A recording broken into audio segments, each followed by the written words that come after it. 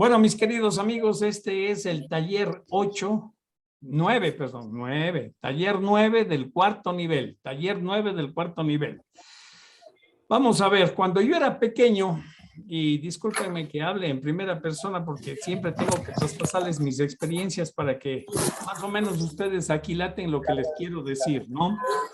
Vamos a poner el mute a todos y ya estamos. Bueno, entonces, el tema es que cuando yo era pequeño iba a la escuela, yo tenía solamente dos alternativas. Si iba a un colegio fiscal, a una escuela fiscal, me enseñaban la teoría evolucionista de Darwin y me decían que la evolución de las especies y que esto y que otro. Pero si yo iba a un colegio de curas, me decían que el origen de la humanidad era con Adán y Eva. Y lógicamente muchas personas se han debatido en esto del origen del ser humano entre Darwin, unos que todavía hoy existe gente que todavía acepta a Darwin, ¿no? Y otros que aceptan la teoría hoy en día de la panspermia, es decir, la evolución de las especies. Sin embargo, Darwin nunca había hablado de la panspermia dirigida, que es en el punto que hoy están los científicos. La ciencia está ahí y todos los grupos religiosos dicen, bueno, el ser humano fue creado por Dios y punto. Bien. Hoy en día vamos a ver cómo la ciencia, los científicos echaron por el suelo la teoría de Darwin. Así es que pongan atención porque la historia es muy interesante, está explicado didácticamente, muy sencillo para que ustedes lo entiendan, ¿no? Entonces vamos a hacer el primer videito y luego hacemos los comentarios. Ponga atención porque es muy importante. Los científicos hoy en día están en la panspermia dirigida. ¿La panspermia en qué consiste?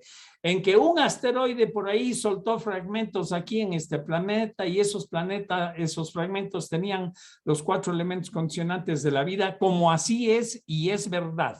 Hasta el día de hoy, si usted recoge un meteorito, usted analiza y tiene los 4 elementos de vida, carbono, nitrógeno, hidrógeno y oxígeno. Y el 70% de ellos tienen aminoácidos y pirimidinas, que son partes constitutivas de las cadenas genéticas y de las proteínas. Ojo con eso. ¿Eso qué quiere decir? Que la vida en el cosmos es una sola. No pueden haber creado en este planeta con unos elementos y todos los otros planetas con otros elementos. No.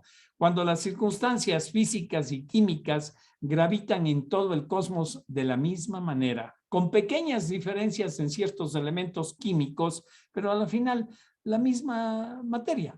Así es que póngale atención, esta primera parte es interesantísima. Anoten, por favor, las preguntas. Esto quiero que les quede clarísimo.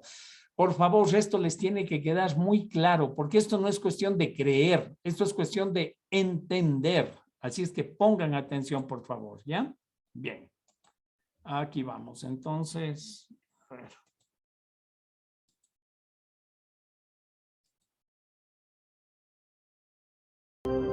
En 1993, el profesor Philip Johnson de la Universidad de California en Berkeley invitó a un grupo de científicos y filósofos a una pequeña población playera en la costa central de California. Procedían de centros académicos principales, incluyendo Cambridge, Múnich y la Universidad de Chicago, para cuestionar una idea que había dominado la ciencia durante 150 años. Creo que Pájaro Dunes representó un punto de inflexión para muchos de nosotros. Individualmente todos teníamos interrogantes acerca de la teoría evolucionista, pero cuando nos reunimos cada uno trajo algo propio a la mesa y de repente todos vislumbramos una nueva manera de contemplar la vida que ninguno habíamos visto antes por separado. Por mi parte diría que este fue un intenso periodo de mi vida. Parecía que había algo mucho más intelectualmente satisfactorio que el punto de vista que había mantenido hasta entonces.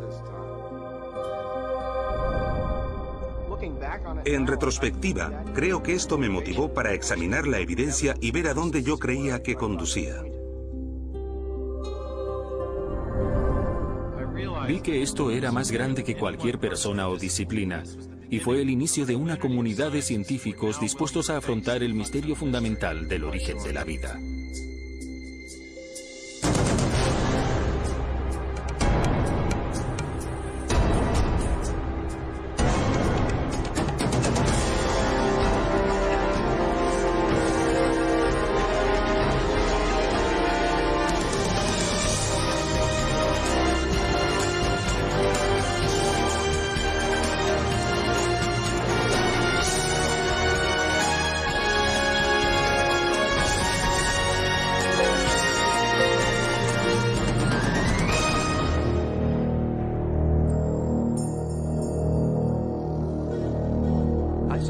A veces me pregunto cómo es que alguien habla de alguna otra cosa, porque no hay nada más interesante que esto. ¿De dónde venimos? ¿Cómo hemos llegado aquí?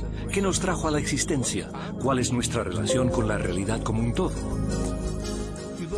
Contemplas la increíble diversidad y complejidad de la vida y es inevitable preguntar, ¿qué trajo todo esto a la existencia? ¿Fue simplemente el azar y la necesidad, fuerzas naturales sin dirección? ¿O hay algo más? ¿Hay un propósito, un plan, un designio? ¿El designio de una causa inteligente? Creo que esta es la pregunta fundamental.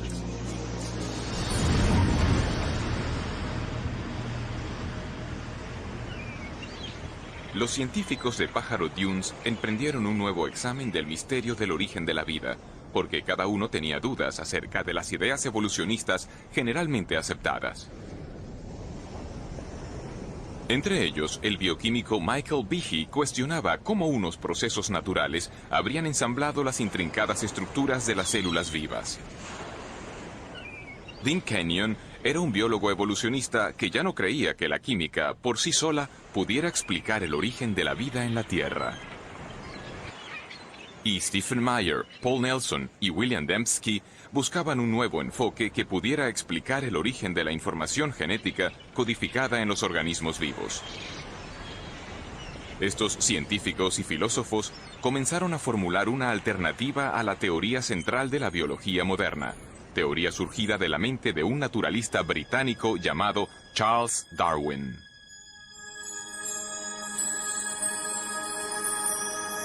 En 1831, Darwin, que a la sazón tenía 22 años, se incorporó a una expedición de exploración de 5 años organizada por el Imperio Británico.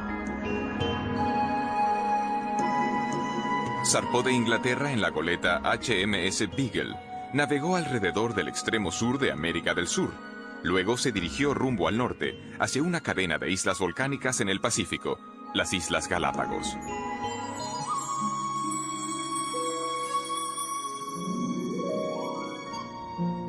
En este desolado archipiélago, a 1000 kilómetros de la costa occidental de Ecuador, Charles Darwin pudo observar una extraordinaria variedad de aves, reptiles y mamíferos diferentes de todo lo que había visto antes.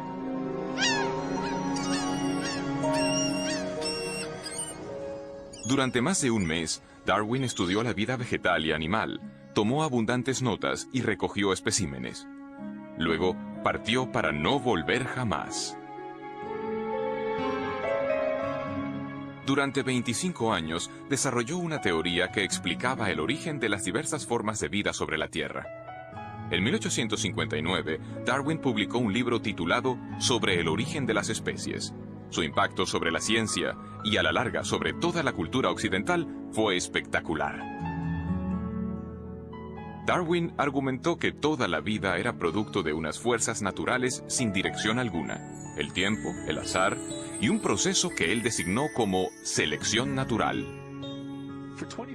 Durante 2500 años antes de Darwin, la mayoría de los científicos y filósofos destacados, personas como Platón, Newton o Kepler, habían contemplado el mundo como resultado de alguna clase de designio o plan.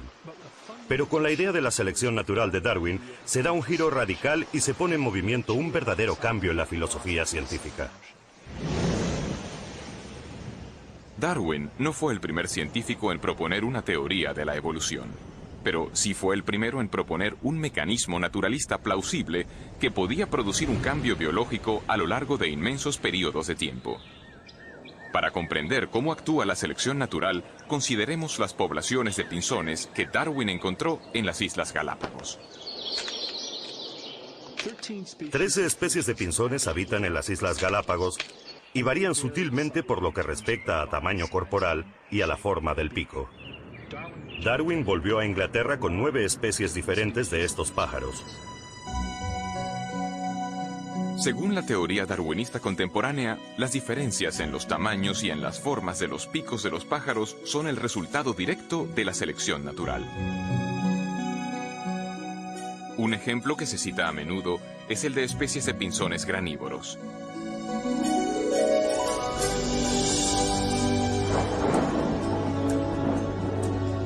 Después de temporadas de intensas lluvias, hay abundancia de pequeñas semillas blandas por todas las islas. Los pájaros con picos cortos pueden conseguir alimento con facilidad. Sin embargo, durante periodos de sequía, las únicas semillas disponibles están protegidas dentro de cáscaras duras y resistentes que permanecen en el suelo desde el año anterior. En estas circunstancias, solo pájaros con picos más largos y aguzados pueden romper las cáscaras y comer las semillas. Los pájaros con picos más largos sobreviven porque pueden alcanzar el alimento, mientras que otros pájaros no pueden. Así, el pico largo les confiere en este caso lo que los biólogos ahora llaman una ventaja funcional. Desafortunadamente, los pinzones con picos más pequeños mueren de hambre por no poder alcanzar el alimento. Si las condiciones de sequía persisten, el medio causa un cambio en los rasgos de toda la población de pinzones. Con el paso del tiempo, los picos largos pasan a sucesivas generaciones porque estos picos capacitan a los pájaros para sobrevivir. La selección natural era una idea convincente. Las variaciones físicas que resultaban ventajosas eran heredadas por generaciones sucesivas. Por medio de este proceso se alteraban las poblaciones y, con el paso del tiempo, surgirían organismos fundamentalmente diferentes, sin ninguna clase de dirección inteligente. Darwin quería explicarlo todo en la historia de la vida en términos de procesos naturales, no inteligentes, carentes de designio. Y cuando buscó una explicación, lo que encontró fue que un proceso que podía observar en las poblaciones domesticadas también funciona en el ambiente natural. Darwin conocía bien la crianza doméstica de animales. Él mismo había estudiado la crianza de palomas y sabía que, durante siglos, los criadores habían logrado cambios espectaculares en poblaciones seleccionando ciertos ejemplares. Darwin solo sugirió que este mismo proceso también opera en el ámbito natural. Para Charles Darwin, la selección natural explicaba la apariencia de designio sin un diseñador. Ya no había más necesidad de invocar una causa inteligente para la complejidad de la vida. De hecho, la selección natural pasó a ser como un diseñador sustituto. En la actualidad, el darwinismo se da generalmente por sentado en el campo científico y en el mundo académico. Sin embargo, y a pesar de su amplia aceptación, un creciente número de científicos y eruditos, incluyendo los que se reunieron en Pájaro Dunes, están cuestionando aspectos clave de la teoría darwinista. Cuando nos reunimos en Pájaro Dunes, desde luego no estábamos de acuerdo en todo, pero compartíamos una verdadera insatisfacción con el mecanismo de la selección natural y con el papel que se le daba en las explicaciones biológicas. La selección natural es un proceso real y funciona para explicar ciertas clases limitadas de variación. Los cambios a pequeña escala. De hecho, tenemos muchos ejemplos de eso. Para lo que no funciona bien es para explicar lo que Darwin creía que podría explicar, la verdadera complejidad de la vida. Tenemos un pico de pinzón y luego tenemos el pinzón mismo. Un pequeño cambio en la estructura del pico frente al origen del organismo como tal. Son fenómenos de escala diferente. Son problemas de clase diferente. Y el problema importante para la biología es comprender dónde funciona la selección natural y dónde no funciona, y el porqué de la diferencia. La evidencia es muy convincente, y todos teníamos la sensación de que si dejábamos que la evidencia hablase por sí misma, nos llevaría en una dirección muy diferente, que nos alejaría de la selección natural hacia una conclusión distinta acerca del origen y de la naturaleza de la vida sobre la Tierra.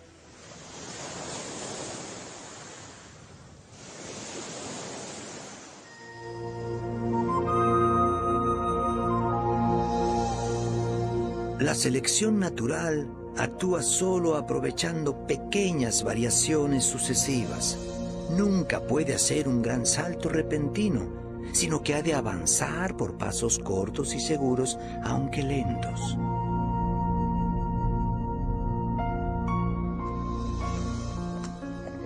Es realmente interesante observar que cuanto más sabemos acerca de la vida y acerca de la biología, tantos más problemas tiene el darwinismo y tanto más evidente se hace el designio. Desde 1988, el Dr. Michael Behe ha investigado sistemas biológicos complejos que parecen desafiar la explicación de la selección natural. Durante muchos años creí que la evolución darwinista explicaba lo que veíamos en biología. No porque yo viera cómo podía verdaderamente explicarlo, sino porque me dijeron que lo explicaba. En las escuelas me enseñaron biología darwinista. Y luego, en la facultad y en los estudios de posgrado, viví un ambiente que daba por sentado que la evolución darwinista explicaba la biología. Y de nuevo, no vi ninguna razón para dudarlo. No fue sino hasta hace unos 10 años que leí un libro llamado Evolución, una teoría en crisis, de un genetista australiano llamado Michael Denton, donde exponía una gran cantidad de argumentos científicos contra la teoría darwinista que yo nunca había oído antes. Y los argumentos parecían bastante convincentes. En ese momento comencé a sentirme un poco molesto porque pensaba que me habían estado guiando por un camino falso. Aquí había una buena cantidad de sólidos argumentos, y yo había hecho el doctorado en bioquímica, era miembro de la facultad, y nunca había ni oído hablar de estas cosas. Y así, a partir de ese momento, me interesé en el tema de la evolución, y desde entonces he decidido que los procesos darwinistas no son toda la explicación para la vida. El escepticismo de Michael Behe parte en buena medida de lo que la moderna biología ha descubierto acerca de la unidad más fundamental de la vida, la célula. En el siglo XIX, en vida de Darwin, los científicos creían que la base de la vida, la célula, era un simple glóbulo de protoplasma, como un pequeño fragmento de gelatina o algo que no era difícil de explicar en absoluto. Esta percepción no cambió demasiado hasta los 50, pero a lo largo de la última mitad del siglo XX, nuestro conocimiento de la célula ha avanzado de manera formidable.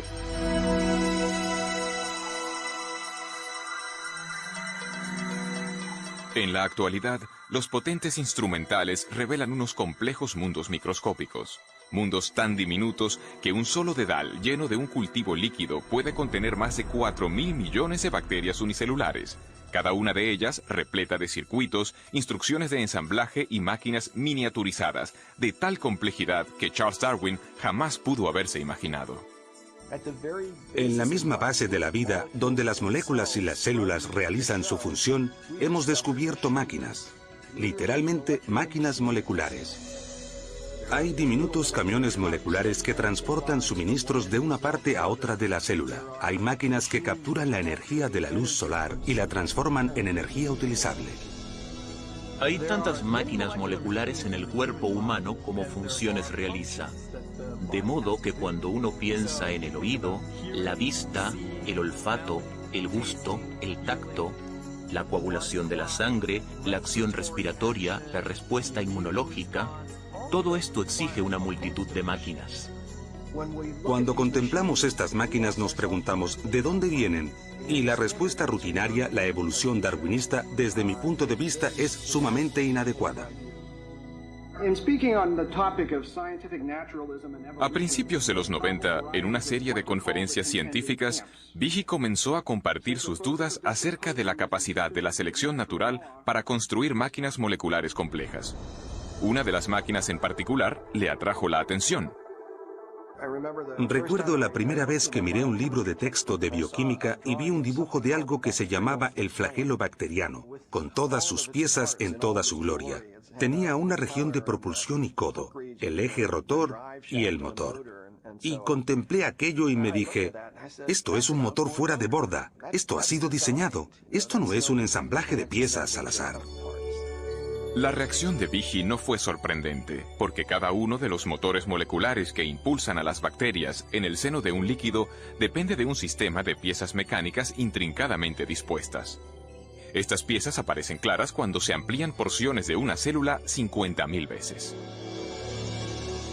Los bioquímicos han empleado micrografías electrónicas como esta para identificar las piezas y la estructura tridimensional del motor del flagelo.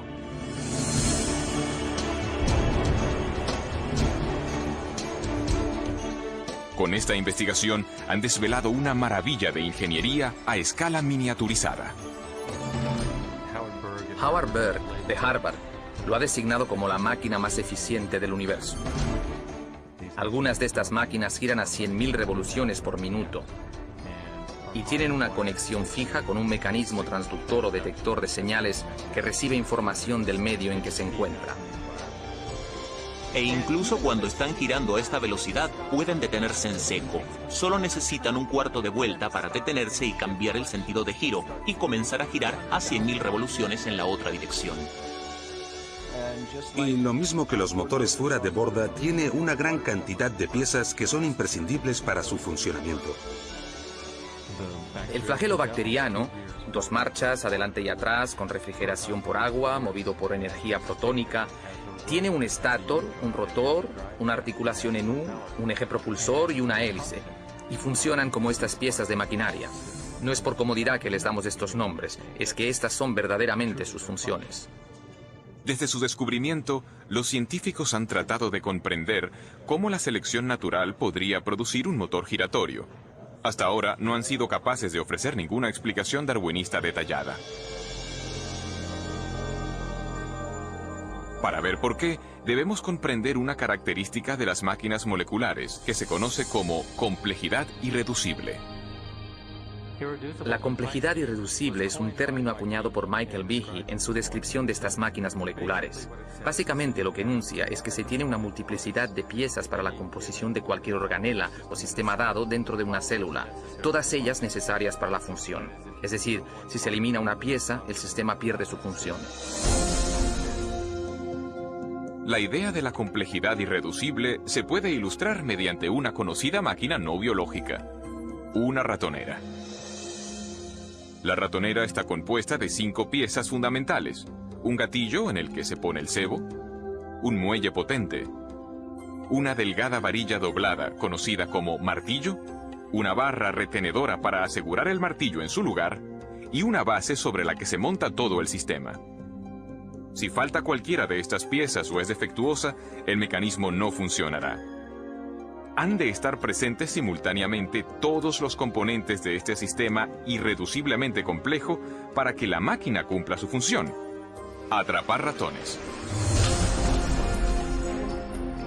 La complejidad irreducible se aplica también a las máquinas biológicas, incluyendo el motor flagelar bacterial.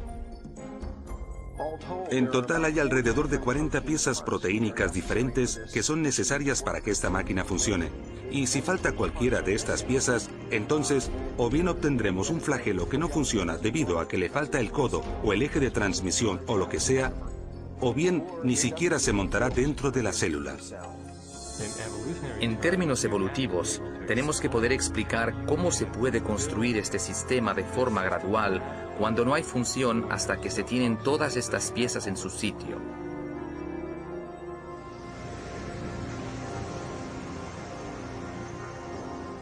La complejidad irreducible de las máquinas moleculares plantea un enérgico desafío al poder de la selección natural.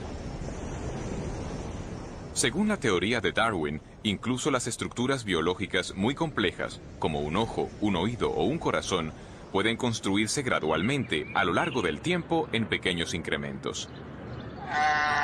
Sin embargo, tal como Darwin puso en claro, la selección natural solo puede tener éxito si estos cambios genéticos al azar proporcionan alguna ventaja al organismo en evolución en su lucha por la supervivencia. Como he intentado demostrar, no es necesario suponer que las modificaciones fuesen todas simultáneas, si eran sumamente ligeras y graduales. La selección natural está examinando las más ligeras variaciones, rechazando las malas, preservando y acumulando todas las buenas. Con todo, algunos científicos dudan de que las pequeñas variaciones de Darwin pudieran haber creado un flagelo bacteriano cuando no existía tal mecanismo. ¿Cómo pudo algo nuevo, como un motor de un flagelo bacteriano y todos los componentes que van con el mismo, cómo pudo desarrollarse a partir de una población de bacterias que no tuviesen este sistema? Y ello cuando cada cambio, según la teoría de Darwin, ha de proporcionar alguna clase de ventaja. Imaginemos un escenario así al inicio de la historia de la Tierra. Una bacteria en evolución desarrolla de alguna manera una cola y quizá incluso las piezas necesarias para unirla a la pared celular. Sin embargo, sin un ensamblaje completo de motor, esta innovación no proporcionaría ventaja alguna a la célula. En lugar de ello, la cola permanecería inmóvil e inútil, invisible para la selección natural que, por definición, solo puede favorecer cambios que ayuden a la supervivencia. La lógica de la selección natural es muy exigente. A menos que el mecanismo del flagelo esté totalmente ensamblado y funcione de verdad, la selección natural simplemente no puede preservarlo, no puede pasar a la siguiente generación. El punto importante a comprender acerca de la selección natural es que selecciona solo con vistas a una ventaja funcional. En la mayoría de los casos, lo que hace la selección natural es eliminar cosas que carecen de función o que tienen una función que perjudica al organismo. De modo que si se tuviese una bacteria con una cola que no funciona como flagelo, lo más probable es que la selección natural la eliminase. La única manera en que un flagelo sea seleccionado es que el flagelo funcione, y esto significa que todas las piezas del motor han de estar en su sitio para empezar. De modo que la selección natural no puede producir el flagelo bacteriano, solo puede actuar después de que el flagelo está ahí y es operativo. En 1996, Michael Behe publicó un libro titulado La caja negra de Darwin. En esta obra argumenta que la selección natural, el diseñador sucedáneo de Darwin, no puede explicar el origen del flagelo bacteriano, ni de ningún otro sistema biológico irreduciblemente complejo. En lugar de ello, Behe llegó a la conclusión de que la complejidad integral de estos sistemas indica un designio inteligente. La caja negra de Darwin de inmediato suscitó controversia. Más de 75 publicaciones, incluyendo algunos de los principales diarios y revistas científicas del mundo, publicaron reseñas. Algunos científicos elogiaron el libro de Behe, otros lo desecharon como acientífico y con motivaciones religiosas. Los críticos de Behe también insistieron en que había subestimado el poder de la selección natural. Argumentaron que el motor flagelar podría haber sido construido con piezas empleadas para construir máquinas más simples, como esta bomba celular usada. Si los componentes de la bomba ya existían, podrían haber sido preservados por la selección natural ya antes que surgiera el motor bacteriano. Esta teoría recibe el nombre de coopción. Esto básicamente significa que la evolución o la selección natural pudo en cierto momento tomar prestados componentes de una máquina molecular y utilizar algunos para construir una nueva. Scott Minnick ha estudiado el motor flagelar durante 20 años. Su investigación le ha llevado a cuestionar el argumento de la coopción. Con el flagelo bacteriano, hablamos de una máquina con 40 piezas. Sí, es cierto que 10 están empleadas en otras máquinas moleculares, pero las otras 30 son peculiares. Así que, ¿de dónde las vamos a tomar prestadas? Al final tendremos que explicar la función de cada una de ellas como si originalmente hubieran tenido otro propósito. Este argumento solo se puede seguir hasta el punto en que nos encontramos con el problema de que estamos tomando prestado de ninguna parte. Pero incluso si se concede que se tienen todas las piezas necesarias para construir una de estas máquinas, esto es solo parte del problema. Quizá más complejo, me parece a mí que más complejo, es el tema de las instrucciones de montaje. Esto nunca lo abordan los oponentes del argumento de la complejidad irreducible. Los estudios del motor flagelar han desvelado niveles aún más profundos de complejidad, porque su construcción demanda no solo unas piezas específicas, sino también una secuencia precisa de ensamblaje. Las piezas deben fabricarse en el momento oportuno, con la cantidad apropiada de componentes. Deben ensamblarse secuencialmente. Hay que poder saber si se han ensamblado correctamente para no malgastar energía en una estructura que no va a ser funcional. La construcción de una máquina molecular ha sido comparada con la edificación de una casa. Los obreros siguen unos planos e instrucciones detalladas de ensamblaje. Los cimientos de la casa se echan antes de levantar las paredes. Las tuberías y la electricidad se instalan antes del acabado. Las ventanas antes del recubrimiento de las paredes. Y las tejas se ponen solo después de la primera cubierta impermeable del tejado. Y así sucede con la construcción del motor flagelar. Esta estructura se construye de dentro hacia afuera.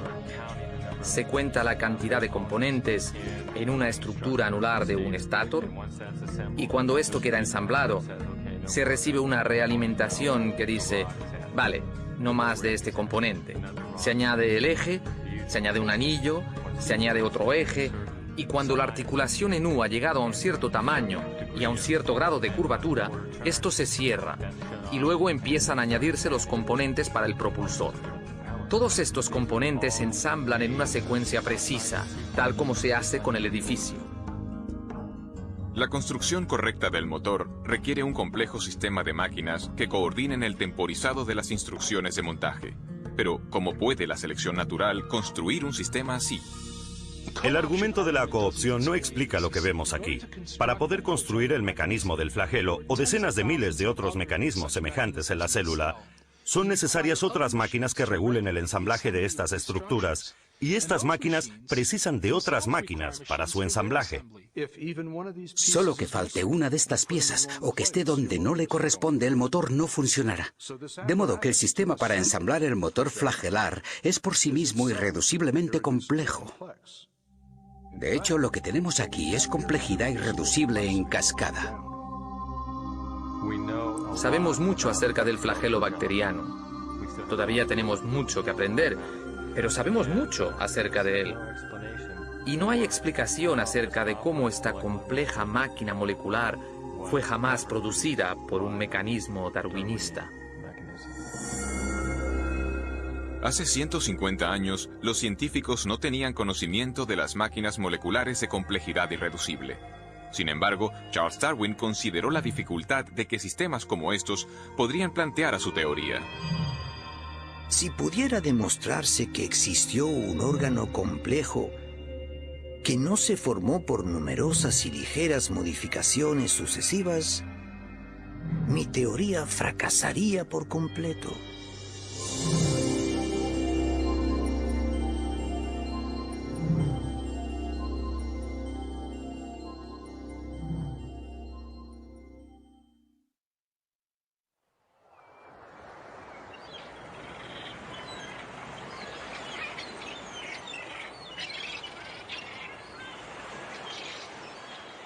En biología, de hecho, hay dos grandes interrogantes. ¿Cómo se consiguen nuevas formas vivientes con nuevas estructuras como alas y ojos a partir de vida que ya existe? Y segundo, ¿cómo se originó la vida en la Tierra por primera vez?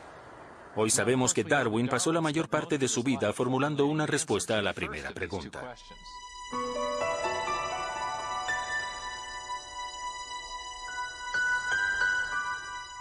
Charles Darwin comparaba la historia de la vida en la Tierra con un gran árbol con ramas.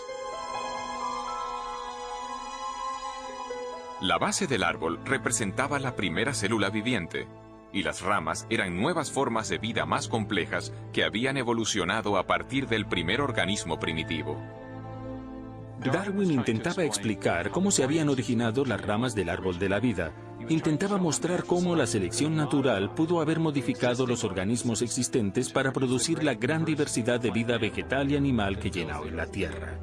Pero cuando se trataba de la base del árbol, que representa el origen de la vida primera, de la primera célula viva, Darwin tenía muy poco que decir.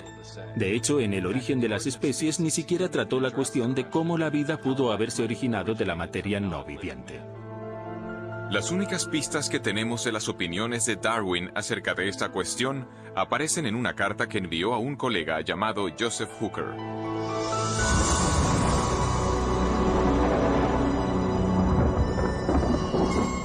Por lo que respecta a la primera producción de un organismo viviente, sí, y oh, qué gran sí, pudiéramos imaginarnos en algún pequeño y cálido estanque con toda clase de sales amoníacales y fosfóricas, luz, calor y electricidad presentes, que se formase químicamente un compuesto proteínico listo para sufrir cambios aún más complejos. Hoy esta materia sería devorada al instante, pero puede que esto no fuese así antes que se formasen criaturas vivientes. En los últimos años de su vida, Darwin hizo poco por desarrollar su idea de que hubiera surgido una célula primitiva de compuestos químicos simples en las aguas primordiales de la Tierra primitiva. Pero más adelante, en los años 20 y 30, un científico ruso llamado Alexander Oparin formuló una detallada teoría acerca de cómo esto hubiera podido suceder, y la llamó evolución química. Oparin creía que podía explicar el origen de la primera vida con los principios darwinistas. Imaginó unos compuestos químicos simples que se combinaban y recombinaban para formar moléculas mayores, y estas moléculas más grandes se organizaban a sí mismas con la ayuda de variaciones al azar y de la selección natural para constituir la primera célula primitiva.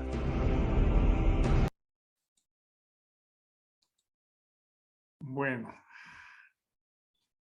es muy importante que ustedes tomen en cuenta el taller de hoy, porque esto lo explica todo, realmente lo explica todo y va hacia el lado de la ufología, ¿no? O sea, cuando ustedes agarran el tratado este de la evolución de las especies de Darwin, la mayoría de los términos, o sea, el 90% de los términos son frases como es posible que, se supone que deberían tener, hay la posibilidad, es más probable que, esas son las frases.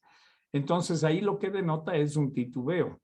Cuando ustedes agarran el tratado este, ¿no es cierto?, de Michael Benton, la evolución, una teoría en crisis, va detallando cosa por cosa y bueno, y luego ya viene 1973, Francis Crick y termina pedaceando este asunto, ¿no? A ver, para mí es muy importante que ustedes hayan entendido esta primera parte. Si hay alguna duda, por favor, este es el momento. Digan, pregunten. Mire, díganme, estos señores, disculpe, estos señores que hacen esta investigación. Biólogos moleculares. Sí, uno de estos señores ya descubre este motor bacterial o flagelo bacterial. Bueno, sí. Michael. Dice que, bueno, los nombres, eso va a preguntar eso, ahí sí ya. No importa, ya queda grabado. Primero el flagelo y para después es la selección natural, lo que afirma él. No, mire, aquí hay una contraposición. La teoría de Darwin siempre estuvo presente en el Tratado de la Evolución de las Especies, que es lo que aceptaba la ciencia, aceptaban los científicos como el proceso de evolución que fue evolucionando en un perro, un caballo, un elefante y a la final se hizo el hombre. Eso es en resumen. Incluso él hace un gráfico ahí del árbol de la vida.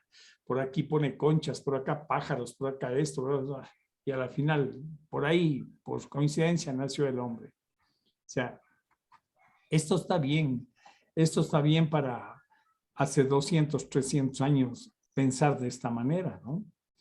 Pero el rato que ya asoman los microscopios electrónicos y que usted puede llegarle a la punta mismo de la célula, entonces ahí usted se da cuenta de que esta es una máquina perfecta.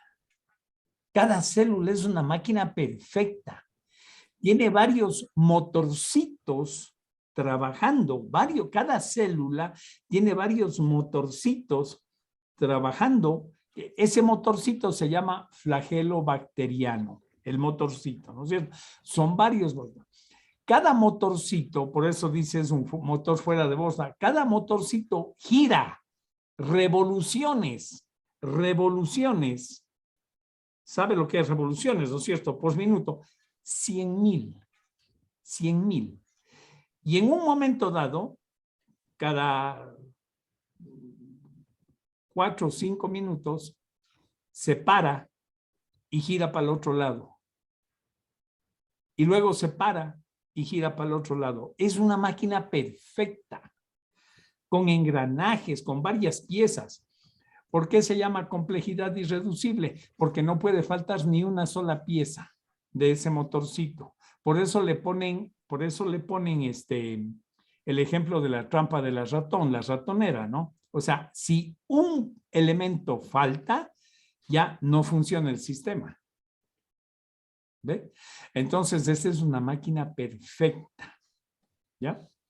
Entonces, claro, el mejor argumento que tenemos en la ufología cuando aparece estos teorías de Darwin y empiezan con no, que esto fue evolución, que evolucionamos de las especies. Entonces ahí sí entramos a analizar el flagelo bacterial, que lógicamente tiene implícita la condicionalidad irreducible. La condicionalidad irreducible significa que no puede faltar un solo elemento de los 40 elementos que tiene. Incluso Behe acepta que a lo mejor 10 elementos de esos podrían haberse conseguido al azar. Pero luego habla Behe de que existen 30 elementos que es completamente imposible de que existan al azar. Completamente imposible, ¿no? A ver, ¿alguien más desea hacer otra pregunta? Adelante, por favor. Jaime, por favor, ¿este flagelo bacteriano estaría presente en todas las células del cuerpo? Todas. ¿O solo en todas? Todas, ¿ya? Absolutamente todas. Necesitamos, claro, está un microscopio electrónico, de hecho no había cuando Darwin hace. Además, lo de Darwin fue una inspiración bajo observación nada más, pues, o sea, ahí no había fundamentos, había una lógica que iba deduciendo, pero no había un fundamento, o sea, ¿en qué base él? Los picos de los pájaros, claro, se van amoldando con el tiempo de acuerdo al alimento que consumen o la dureza del árbol que tengan que picar o que se va formando el pico. A lo mejor por ahí trabaja la cosa, pero con 4 o 5 animales, pues no con esta máquina perfecta que es el ser humano.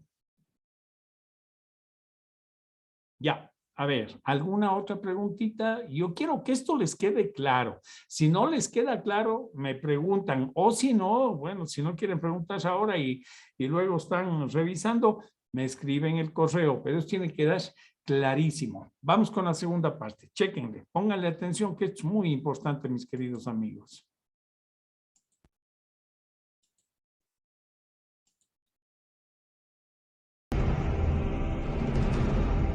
En las 3 décadas siguientes, muchos científicos trabajaron para desarrollar y afinar estas ideas, mientras ponderaban las cuestiones suscitadas tanto por Oparin como por Darwin. ¿Cómo pudo evolucionar la vida a partir de unos compuestos químicos simples? Un hombre creyó que lo sabía. El problema de los orígenes biológicos, por un largo tiempo, diría yo, ha sido de un profundo interés para mí precisamente por la escala del problema, por su importancia. ¿De dónde venimos? ¿Por qué estamos aquí? Toda esa clase de preguntas exploradas desde el punto de vista de la ciencia natural. Desde finales de los 60 hasta principios de los 80, Dean Kenyon fue uno de los teorizadores químicos evolucionistas del mundo. Y como otros en su campo, intentaba explicar el origen de la vida por medio de un proceso puramente natural.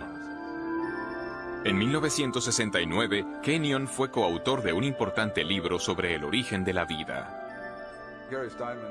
Gary Steinman y yo mismo creíamos que si lográbamos reunir en una exposición seguida todas las líneas de evidencia empírica acumuladas desde los 60, nos entusiasmaba la posibilidad de explicar el origen de los principales elementos componentes de la vida.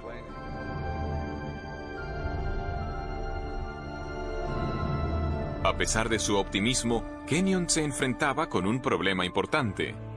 Para explicar el origen de la vida, debía antes explicar el de los ladrillos esenciales de cada célula que ha existido sobre la Tierra, las grandes y complejas moléculas llamadas proteínas. Las proteínas tienen una amplia gama de funciones en la célula, desde los requisitos estructurales, en términos del andamiaje de la célula, el citoesqueleto, a los enzimas, donde están procesando moléculas para captar energía o construir componentes de la célula. Las proteínas realizan muchos de los trabajos en el interior de la célula, excepto almacenar información genética. Esto se deja para el ADN y el ARN. Las proteínas realizan tareas como la limpieza de la célula y la producción de energía. Kenyon sabía que las proteínas debieron ser tan importantes para la primera vida como para las células vivas actuales. También reconoció la complejidad de su construcción. Hacia los 60, los científicos habían determinado que incluso las células simples están compuestas de miles de proteínas diferentes y que su función se deriva de sus formas tridimensionales sumamente complejas. Las formas irregulares de algunas proteínas les permiten catalizar o desencadenar reacciones químicas debido al ajuste tipo llave-cerradura que tienen con otras moléculas en la célula. Mientras que otras moléculas proteínicas forman componentes estructurales tipo machiembrado. Cada una de las piezas individuales de un motor bacteriano, como esta estructura anular, está formada de una sola molécula de proteína, de un conjunto de proteínas ensamblado de una forma específica. Estas proteínas están constituidas a su vez por unas unidades químicas más pequeñas llamadas aminoácidos, enlazadas en largas cadenas. Aparece un gran nivel de complejidad de arquitectura en estas unidades celulares, en estos aminoácidos constituyentes de las proteínas. En la naturaleza se emplean 20 tipos diferentes de aminoácidos para construir cadenas de proteínas. Los biólogos los han comparado con las 27 letras del alfabeto. Las letras del alfabeto se pueden ordenar en una enorme cantidad de combinaciones posibles y es la disposición de la secuencia de las letras la que determina si tenemos palabras y frases con significado. Si las letras están bien colocadas se obtiene un texto con sentido, pero si no se ordenan de forma correcta se obtiene una jerigonza. El mismo principio sirve para los aminoácidos y las proteínas. Hay al menos 30.000 tipos distintos de proteínas, cada una a partir de una combinación diferente de los mismos 20 aminoácidos. Estos están ordenados, como letras, para formar cadenas de a menudo cientos de unidades. Si los aminoácidos son secuenciados correctamente, la cadena se doblará para formar una proteína funcional. Las proteínas se ordenan con sus aminoácidos de tal manera que los aminoácidos caen el uno sobre el otro en una arquitectura que está preprogramada por el orden de los aminoácidos. Se dobla formando una estructura específica y esa estructura puede realizar una determinada función. De modo que todas las proteínas en una célula tienen una forma tridimensional basada en la secuencia de los aminoácidos en la cadena. Esta disposición es crítica, porque si los aminoácidos están secuenciados de manera incorrecta, se forma una cadena inútil, y en vez de doblarse para formar una proteína, será destruida dentro de la célula. Las proteínas, como lenguajes escritos o códigos de computadora, poseen un elevado grado de especificidad. La función del todo depende de la disposición precisa de las partes individuales. Pero, ¿qué es lo que produce el secuenciado preciso de los aminoácidos que da lugar a las formas y funciones específicas de las proteínas? Durante los 50 y 60, los descubrimientos acerca de las estructuras de las proteínas obligaron a los biólogos a hacer frente a este misterio. Dean Kenyon creía que lo podría solucionar. En su libro Predestinación bioquímica, Kenyon y su coautor Gary Steinman propusieron una sugerente teoría. Kenyon escribió: la vida pudo haber estado bioquímicamente predestinada por las propiedades de atracción que existen entre sus componentes químicos, en particular entre los aminoácidos en las proteínas. Cuando apareció Predestinación bioquímica, mi coautor y yo estábamos totalmente convencidos de que teníamos una explicación científica para los orígenes. Kenyon propuso que las propiedades químicas de los aminoácidos hacían que fuesen atraídos entre sí para formar las largas cadenas que llegaron a ser las primeras proteínas, los componentes más importantes de la célula viva. O sea que la vida era inevitable, predestinada por nada más que la química. Muchos científicos abrazaron las ideas de Kenyon, y durante los siguientes 20 años, Predestinación bioquímica se convirtió en un bestseller sobre la teoría de la evolución química. Pero 5 años después de la publicación del libro, Kenyon comenzó a dudar de la credibilidad de su propia teoría. Fue durante este periodo de tiempo que se manifestaron mis dudas acerca de ciertos aspectos del pensamiento evolucionista al entrar en contacto con un sólido contraargumento que me planteó uno de mis estudiantes. Y yo no pude refutar ese contraargumento. Kenyon fue desafiado a explicar cómo se podrían haber ensamblado las primeras proteínas sin la ayuda de instrucciones genéticas. En las células vivientes actuales, las cadenas de aminoácidos no se forman directamente por atracción entre sus componentes, el escenario que Kenyon postulaba para la Tierra primitiva. En su lugar, otra gran molécula dentro de la célula almacena instrucciones para secuenciar los aminoácidos en las proteínas. Se la llama ADN. Al principio, Kenyon creía que las proteínas podrían haberse formado directamente a partir de los aminoácidos sin las instrucciones de ensamblaje del ADN. Por eso es que tantos científicos estaban entusiasmados con su teoría. Pero cuanto más aprendía acerca de las propiedades de los aminoácidos y de las proteínas, tanto más comenzó a dudar de que las proteínas pudieran autoensamblarse sin ADN.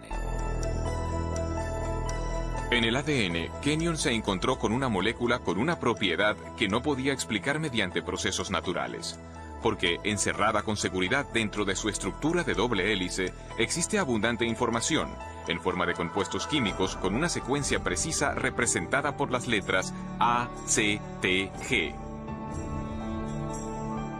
En un lenguaje escrito, la información se comunica por un ordenamiento preciso de las letras. De la misma manera, las instrucciones necesarias para ensamblar aminoácidos, para formar proteínas, son transmitidas por las secuencias de componentes químicos ordenados a lo largo de la estructura del ADN. Este código químico ha sido llamado el lenguaje de la vida, y es el conjunto de información más compacto y elaborado al menor detalle en todo el universo conocido. Como otros científicos que trabajaban en el origen de la vida, Kenyon se dio cuenta de que tenía dos opciones. Debía explicar o bien la procedencia de estas instrucciones genéticas de ensamblaje, o bien cómo surgieron las proteínas directamente de los aminoácidos sin ADN en los océanos primordiales. Y al final vio que no podía explicar ni lo uno ni lo otro.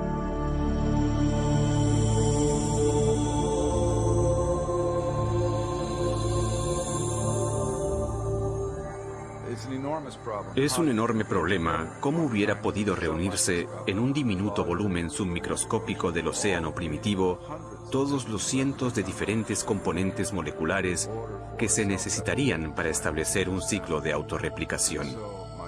Y así fue como mis dudas acerca de si los aminoácidos podrían ordenarse a sí mismos en secuencias biológicas con significado, sin la presencia de un material genético preexistente, llegaron, para mí, a un punto intelectual decisivo hacia el final de la década de los 70. Mientras Kenyon reevaluaba su teoría, nuevos descubrimientos bioquímicos debilitaron más aún su convicción de que los aminoácidos se organizaran ellos solos para formar proteínas.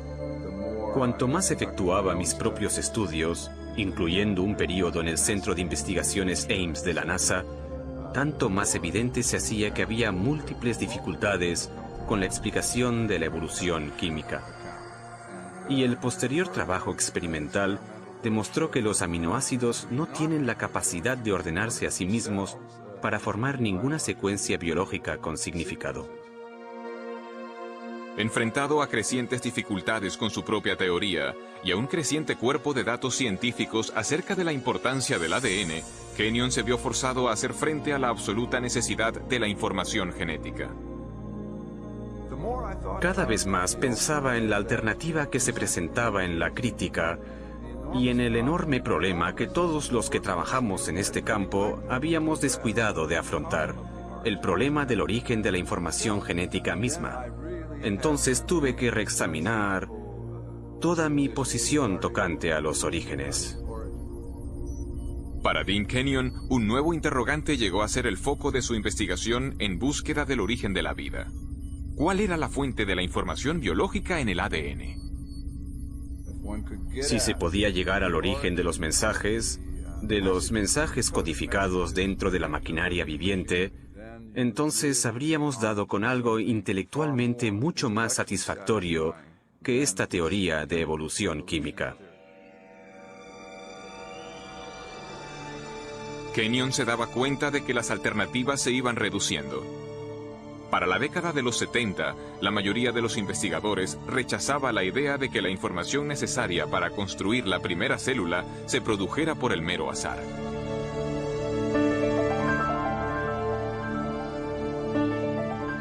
Para comprender la razón, consideremos la dificultad de generar un par de líneas del Hamlet de Shakespeare dejando caer letras del juego Scrabble sobre una mesa. Luego consideremos que las instrucciones genéticas específicas para construir las proteínas ni del organismo unicelular más simple llenarían cientos de páginas de texto impreso. Los biólogos serios que estudian el origen de la vida no creían que ésta hubiera surgido solo al azar. Se imaginaban a la selección natural actuando sobre variaciones al azar entre compuestos químicos para producir la primera vida, pero había un problema con esta propuesta. Por definición, la selección natural no podría haber funcionado antes de la existencia de la primera célula viva, porque solo puede actuar sobre organismos capaces de reproducirse, las células dotadas de ADN que pasan sus cambios genéticos a generaciones futuras. Sin ADN no hay autorreproducción, pero sin autorreproducción no hay selección natural, de modo que no se puede usar la selección natural para explicar el origen del ADN sin dar por supuesta la existencia de aquella misma cosa que se está tratando de explicar. El azar, la selección natural y su propia teoría de autoorganización. Todo había fracasado para explicar el origen de la información genética. Ahora, Kenyon veía solo una alternativa. No hay ni la más ligera posibilidad de un origen evolutivo químico, ni siquiera para la más simple de las células. De modo que el concepto de un designio inteligente de la vida me resultó inmensamente atractivo y con mucho sentido, ya que coincidía estrechamente con los múltiples descubrimientos de la biología molecular. En los años transcurridos desde el rechazo de la evolución química por parte de Kenyon, la ciencia ha desvelado los detalles de todo un sistema de procesado de la información que lleva la marca del designio inteligente.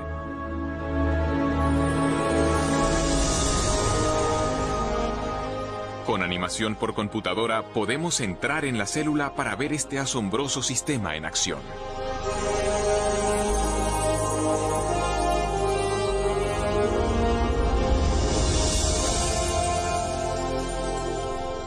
Después de entrar en el núcleo de la célula, vemos las hebras de ADN bien enrolladas. Son las bibliotecas de instrucciones necesarias para construir cada proteína en un organismo.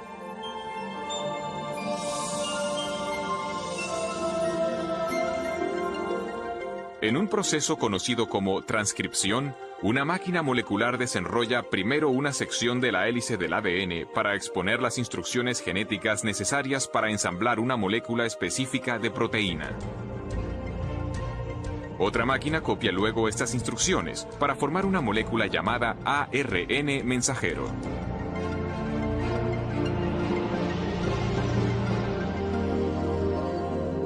Cuando se ha completado la transcripción, la delicada hebra de ARN lleva la información genética a través del complejo de poros del núcleo, el regulador de tráfico adentro y afuera del núcleo.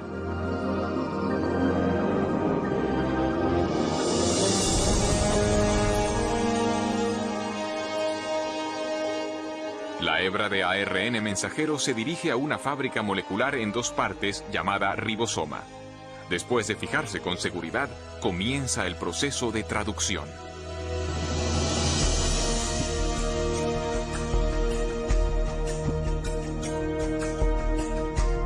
Dentro del ribosoma, una cadena de montaje molecular ensambla una cadena de aminoácidos secuenciada de una manera específica.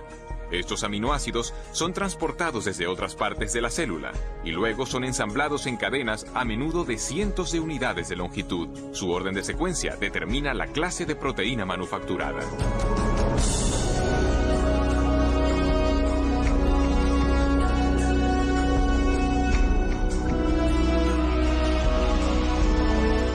Cuando se completa la cadena, se transporta desde el ribosoma a una máquina con forma de barril que ayuda a doblarla en la forma precisa y crítica para su función.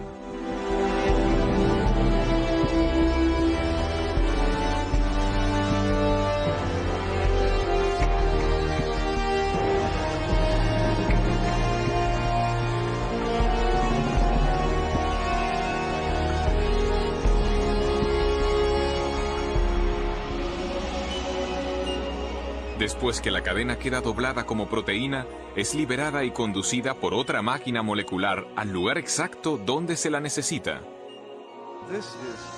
Uno se queda totalmente asombrado Al percibir a esta escala de tamaño un aparato tan finamente ajustado, un dispositivo que lleva el sello de un diseño y producción inteligentes.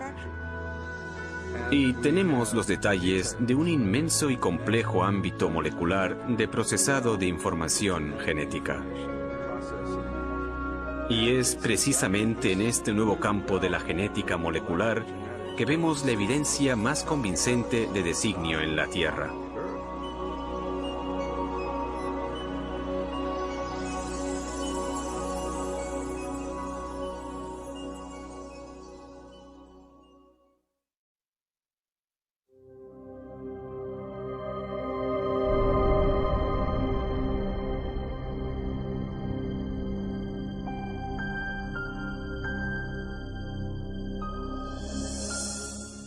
Cuando observo máquinas moleculares o el proceso increíblemente complejo por el que se dividen las células, debo preguntarme, ¿es posible que haya una inteligencia detrás de todas estas cosas? ¿Que haya un plan y un propósito para esta estructura? La ciencia debería ser una investigación en búsqueda de la verdad acerca del mundo. En tal caso, no deberíamos prejuzgar lo que pudiera ser verdad. No deberíamos decir, no me gusta esta explicación, pues la dejo de lado.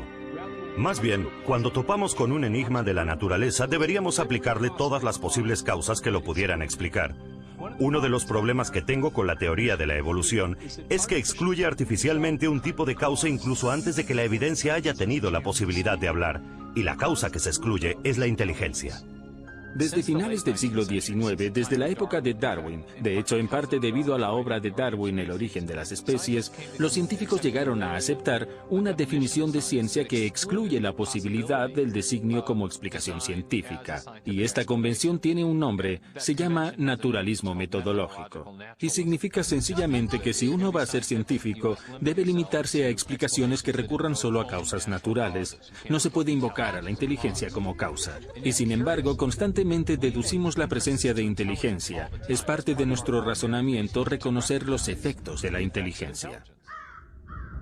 Consideremos, por ejemplo, estos mensajes en jeroglíficos tallados en las ruinas de monumentos egipcios. Nadie atribuiría las formas y ordenaciones de estos símbolos a causas naturales, como tempestades de arena o la erosión. Más bien, las reconocemos como obra de antiguos escribas, unos agentes humanos inteligentes.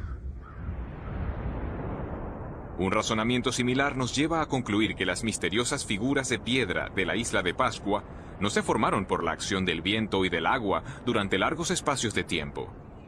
Tampoco pretendemos que las plantas puedan adquirir estas formas tan familiares sin alguna clase de dirección inteligente. Constantemente hacemos estas inferencias y sabemos que son correctas, pero la cuestión es, ¿en base a qué sacamos estas conclusiones? ¿Cuáles son los rasgos que nos permiten reconocer la inteligencia? Recientemente, en su libro La inferencia del designio, el matemático William Dembski ha hecho un importante avance en la comprensión del razonamiento acerca del designio. Dembski ha identificado los rasgos específicos de los artefactos que nos llevan a reconocer una actividad inteligente previa. Llegué a esto intentando examinar cómo razonamos acerca del designio. ¿Cuáles son los pasos lógicos que seguimos para llegar a la conclusión de que hay designio en algo? De modo que lo que estoy intentando es establecer unos criterios fiables, empíricos y científicamente rigurosos para decidir si algo es realmente resultado de un designio. Estaba examinando la lógica de esta cuestión y lo que descubrí es que se necesita improbabilidad y especificación, la clase correcta de diseños objetivos. Según Dembski, los humanos detectamos correctamente la actividad de la inteligencia cuando observamos un objeto o sucesos sumamente improbables, que además concuerdan con un diseño reconocible. Precisamente es esta clase de diseño la que se encuentra en los Montes Negros de Dakota del Sur. Si uno viaja por el oeste americano, puede ver una gran diversidad de formas en las laderas montañosas, y la mayor parte no tiene ningún sentido. Son solo rocas dispuestas de diversas formas. Pero lo que no ve en laderas montañosas son los rostros de Lincoln, Jefferson, Teddy Roosevelt y George Washington. El único lugar donde se ve esto es en Dakota del Sur, y la razón de que estén ahí es que un escultor excéntrico decidió que quería honrar a estos presidentes pasando la mayor parte de su vida tallando sus rostros en la ladera de este monte. Este diseño es improbable. Una ladera aleatoria es también improbable, pero una ladera aleatoria no especifica nada. Pero sabemos que hubo 4 personas que fueron presidentes de los Estados Unidos que tenían unos rostros con unos rasgos determinados, y estos rasgos en las montañas de Dakota del Sur concuerdan con los que aparecen en otras partes. Si miro los rostros, reconozco al momento que concuerdan con los de los 4 presidentes conocidos por las monedas o retratos en la National Gallery o por ilustraciones en libros. Y así comprendo que en el Monte Rushmore no solo tenemos una configuración rocosa sumamente improbable, sino una que concuerda con un diseño dado independiente y que indica inteligencia de forma fiable. Así tenemos una pequeña probabilidad, especificación. Es designio.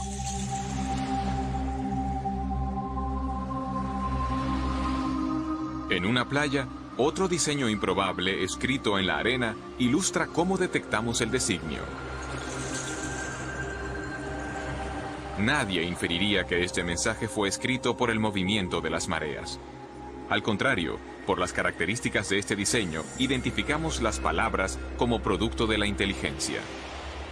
Este ordenamiento improbable también se ajusta a un diseño dado independientemente, esto es, las formas de las letras que reconocemos del alfabeto latino y las palabras que conocemos del vocabulario inglés. Y de este modo es la improbabilidad de esta disposición junto al hecho de que se ajusta a una pauta dada independientemente lo que lleva a la conciencia de que hay un designio.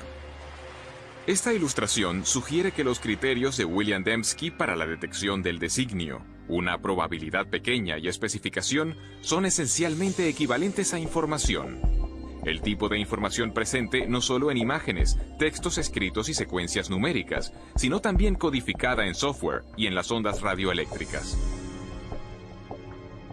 La capacidad de detectar información en transmisiones electromagnéticas ha posibilitado una singular búsqueda de inteligencia.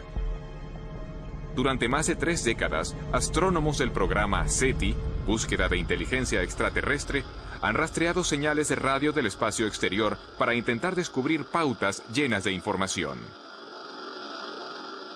Normalmente, los radiotelescopios reciben ruido aleatorio o señales repetitivas producidas de modo natural por estrellas, galaxias y otros cuerpos celestes. Pero los astrónomos reconocen que si llegan a identificar una señal portadora de información, esto confirmaría la existencia de vida inteligente más allá de la Tierra. Algunos han especulado que una civilización extraterrestre podría haberse intentado comunicar transmitiendo mensajes en el lenguaje universal de las matemáticas, quizá mediante una pauta reconocible, como una serie de números primos. Esto no se obtendría por azar. Se necesitaría complejidad o improbabilidad, muchísimos números primos y una pauta. Tendría que ser justo la pauta adecuada, no la que uno imponga, sino una que esté ahí objetivamente. Hasta hoy, el SETI ha fracasado en su intento de descubrir cualquier pauta o información que pudiera indicar una inteligencia en una galaxia lejana. Pero en otro universo, mucho más cercano a nosotros, los científicos han descubierto una gran riqueza de información dentro del núcleo de la célula viva. El ADN posee una estructura ideal para ser soporte de información. En las A's, T's, C's y G's, las bases de la doble hélice del ADN, hay capacidad para almacenar una prodigiosa cantidad de información. De hecho, no hay entidad en todo el universo conocido que almacene y transmita más información y de una manera más eficiente que la molécula de ADN. Una secuencia completa de ADN humano tiene 3.000 millones de caracteres individuales. El análisis de las zonas de codificación de la molécula del ADN muestra que sus caracteres químicos tienen un orden específico que les permite comunicar instrucciones o información detalladas, muy parecido a letras en una frase o a dígitos binarios en un código de computadora. Bill Gates dijo que el ADN es como un programa de computadora, pero más complejo que cualquiera que hayamos podido desarrollar. Y si lo pensamos siquiera por un minuto, resulta una observación de lo más sugerente. Porque sabemos que Bill Gates no emplea el viento, ni la erosión, ni generadores de números aleatorios para crear su software. Él emplea ingenieros inteligentes, ingenieros de sistemas computacionales. Así, todo lo que sabemos en nuestra experiencia sugiere que los sistemas ricos en información surgen del designio inteligente.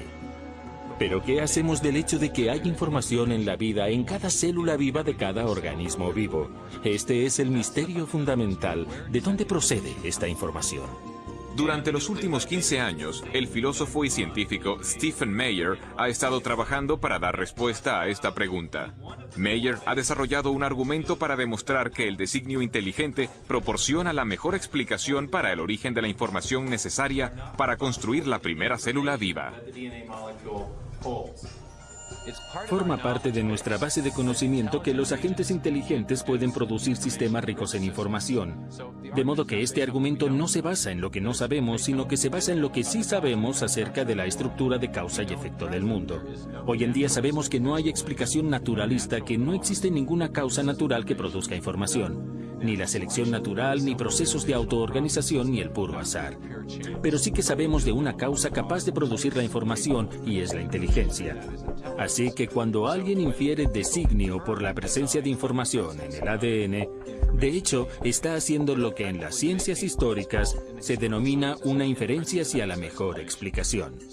De modo que cuando encontramos un sistema rico en información en la célula, concretamente en la molécula de ADN, podemos inferir que una inteligencia entró en juego en su origen, incluso aunque no estuviéramos allí para observar el origen del sistema.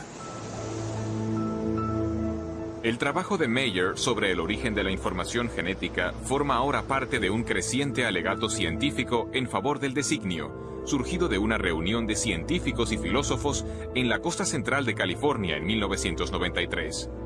Su objetivo era reexaminar una idea que había dominado la biología durante más de un siglo. Durante el proceso concibieron una teoría que se ha conocido como designio inteligente.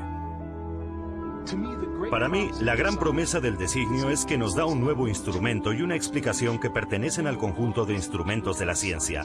Las causas inteligentes son reales, dejan evidencia de su existencia. Y una ciencia sana es una ciencia que busca la verdad y que deja que la evidencia hable por sí misma.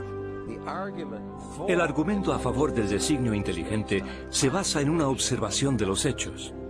Ahora bien, esta es mi definición de buena ciencia. Es observación de los hechos. Y cuando se observan los hechos, como lo hizo Michael Behe, ¿qué es lo que se observa? Se observa este increíble diseño de complejidad interrelacionada. Y la forma como llegamos a la conclusión de un designio inteligente para el flagelo bacteriano es la misma que para un motor fuera de borda.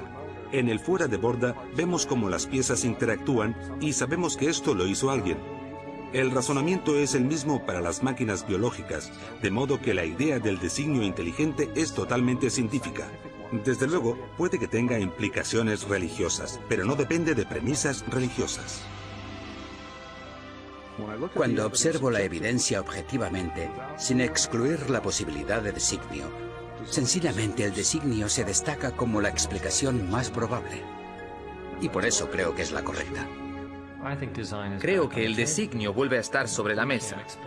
Estos sistemas no pueden explicarse por ley natural. Y si buscamos la verdad, y realmente están diseñados, si hay que ser ingenieros de sistemas para comprenderlos, entonces, ¿cuál es el problema? Uno va a donde los datos le llevan. Y las implicaciones, sí, claro, tienen profundas implicaciones metafísicas, pero si es así, que así sea. Por tanto, es una idea impactante que el universo sea racional y comprensible, con la rúbrica de una inteligencia suprema que ha querido que este mundo sea comprendido. Y es algo que garantiza el programa de la ciencia, porque entonces uno puede contemplar el mundo y el mundo tendrá sentido. Si todo fuese simplemente un conjunto caótico, no habría motivo para esperar racionalidad ahí. Pero si realmente es el producto de una mente, entonces uno puede investigar y la ciencia se convierte en ese maravilloso proyecto de resolver el rompecabezas donde uno puede esperar encontrar racionalidad, belleza y comprensibilidad justo en el fundamento mismo de las cosas. Hace 150 años, Charles Darwin transformó la ciencia con su teoría de la selección natural. En la actualidad, esta teoría se enfrenta a un reto formidable. El designio inteligente ha suscitado un intenso debate acerca del origen de la vida sobre la Tierra. Y para un creciente número de científicos, representa un paradigma. Una idea con el poder de, una vez más, redefinir los fundamentos del pensamiento científico. Durante el siglo XIX, los científicos creían que había dos entidades fundamentales, la materia y la energía. Pero al entrar en el siglo XXI tenemos una tercera entidad fundamental que la ciencia ha tenido que reconocer, y es la información.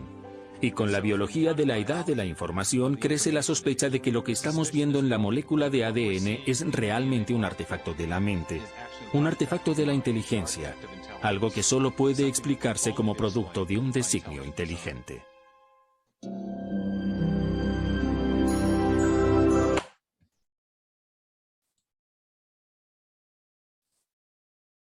Un designio inteligente. Ya. Si les quedó claro, ya saben de lo que estamos hablando. Hay cosas que no las vamos a poder explicar, no estamos diseñados para entenderlas. Usted agarra un motor y desármelo, y entonces, porque usted es un mecánico, usted conoce cómo funciona el motor, y bueno, pues entonces empieza a ver los engranajes, los bujes, ¿verdad? Y usted puede retirar las piezas, ver qué calza ahí, pero eso tiene alguien que lo diseñó, alguien hizo una matriz para los catalinas, los engranajes, alguien hizo, fundieron el metal, hicieron, o sea, hay un designio inteligente en la forma, en el sistema. Y ese es el designio inteligente del ADN del cual prescindió Darwin. No puede hacer solamente observaciones, inspirarse y hablar. Y fíjense que hay este famoso biólogo, este era famosísimo hasta la década de los 70, comienzos de los 80, ¿no?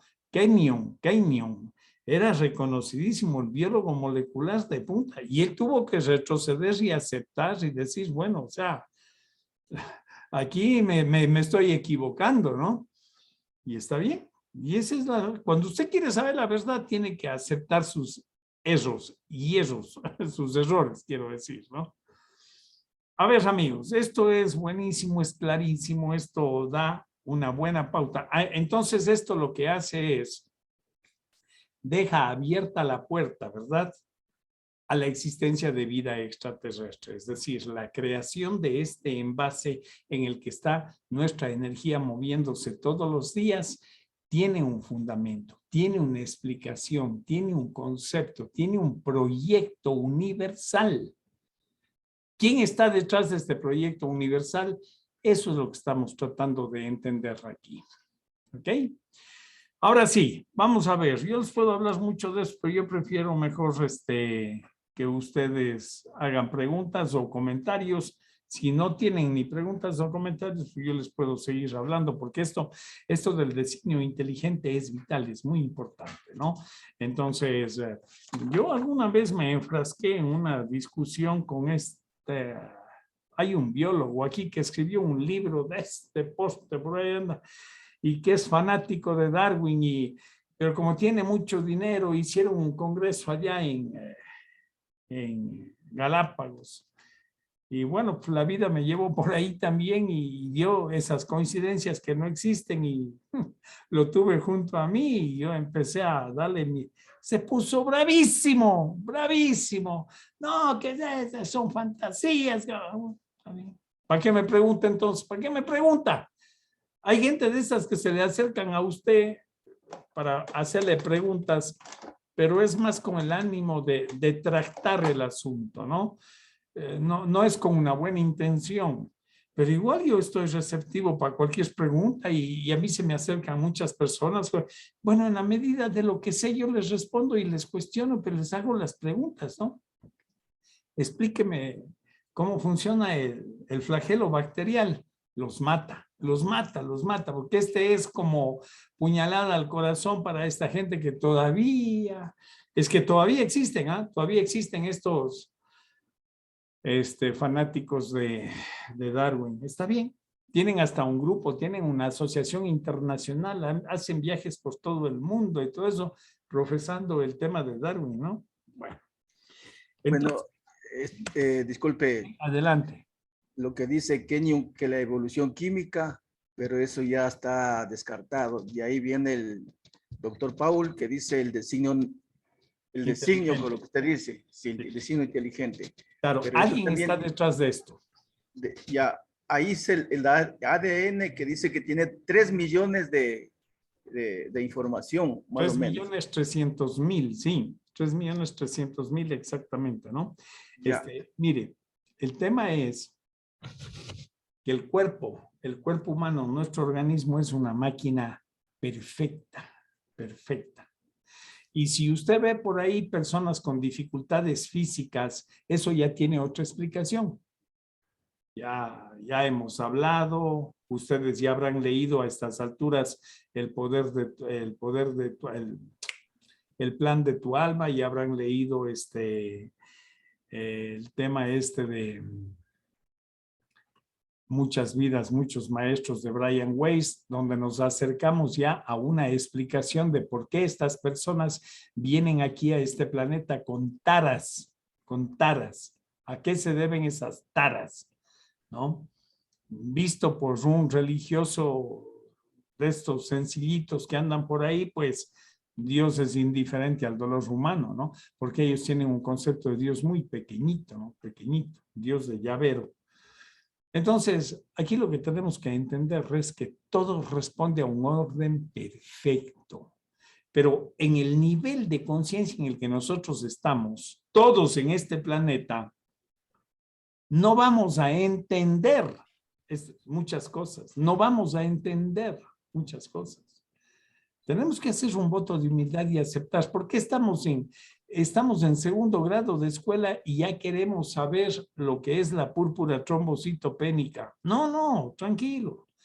Vamos paso a paso, y algún día seremos doctores y estudiaremos los 9 tipos de sangre y veremos las diferencias entre el leucodermo, el meladodermo y el santodermo y todos esos dermos. Y entonces estableceremos la sangre, la capacidad de absorción de plaquetas y todo ese asunto. Y ahí descubriremos el asunto de la púrpura trombocitopénica. Existe, pero estamos recién en segundo grado de escuela. Paciencia, paciencia.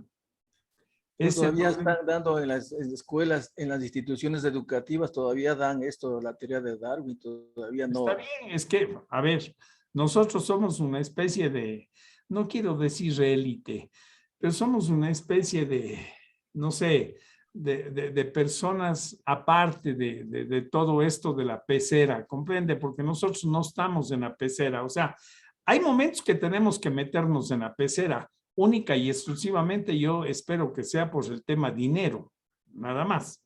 Pero enseguida nos salimos, al menos es lo que yo hago, ¿no? Entonces, cuando hay estos tratos de números y tal, que inexorablemente hay que acudir a la pecera, pues bueno, por ahí ando, pero me salgo lo más rápido posible. Porque si vamos acá es dentro de la pecera, ahí sí estamos ya en un champú ahí metidos, ¿no? Con todo, a mí también me enseñaron barbaridades. Es más, a mí me iban dejando de año por religión, en religión. Nosotros teníamos como materia religión. Y uno se quedaba de año por religión y tenía que aprenderse de memoria todas esas. Por eso es que creo que me incitó todas estas cosas a escribir ese libro, Israel, otra creación de los extraterrestres. Mire cómo es la vida. Estaba yo en Guayaquil ahí, en eso de los deportes, por ahí por los Ceibos, y me le encuentro al rector de mi colegio, de los curas, ¿ya? Y yo cargaba en mi mochila 2 libros de Israel y saqué un libro de Israel, le firmé al cura que me iba a dejar en religión y le regalé el libro. Le digo, hermano Lazo, tenga, ahí le doy su librito, cuando tenga tiempo léalo. Ay, mi loco, me dice, y ahí está, léalo. Vea cómo es la vida. Mi profesor de religión, que casi me deja por religión, y yo le entregué un libro de Israel, otra creación, que eso es ácido sulfúrico. Pero ellos ya saben, todo esto ellos saben.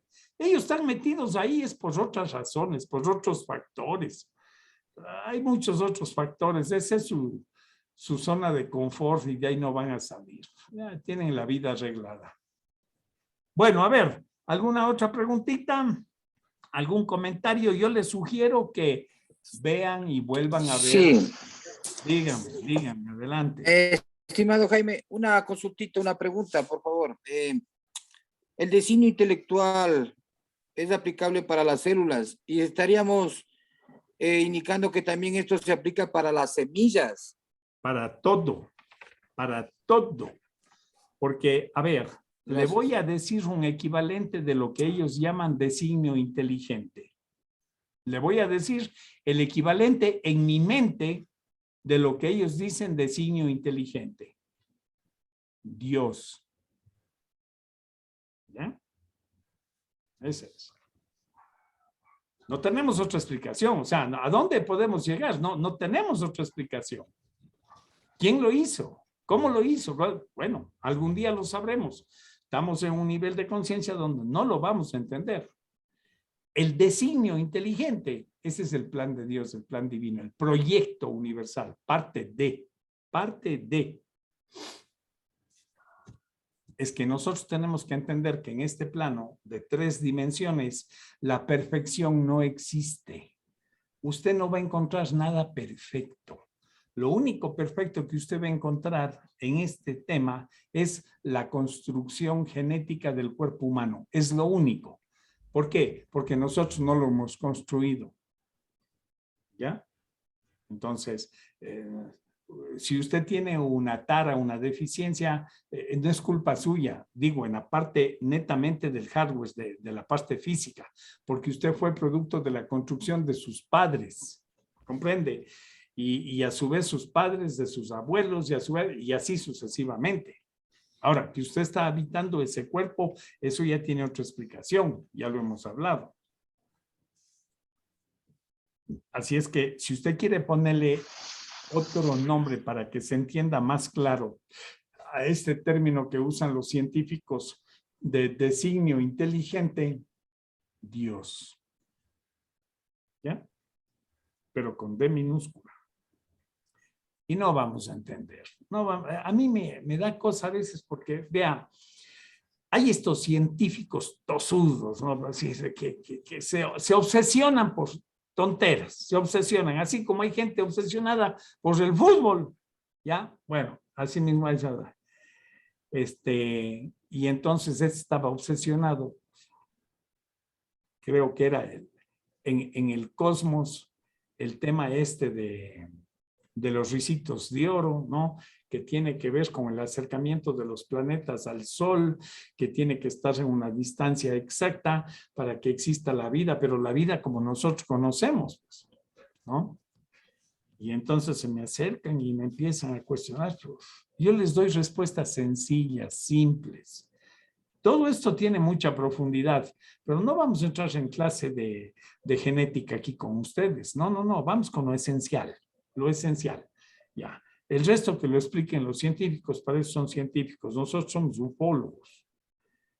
A ver, aquí tengo un chat de mi amigo que dice, a ver, en las 5 eras de la humanidad hubo estos designios o dioses para la creación del ser. Claro, en las 5. Siempre es lo mismo. Se ha repetido siempre igual. Y en el cosmos funciona igual. Ya vimos con ustedes el asunto eso del proyecto universal, ya vimos con ustedes, ya vimos, ¿no? En el tercer nivel vimos cómo los extraterrestres vienen a sembrar la vida aquí con autorización de seres superiores y vimos, yo les ponía el ejemplo de un alcalde que dice, he inaugurado este centro comercial gigantesco, ¿se acuerdan? Ya vimos eso con ustedes, ya vimos. Déjenme ver una cosa. Permítanme ver una... es que no puedo. No me permite la máquina. A ver, déjenme ver si me permite la máquina.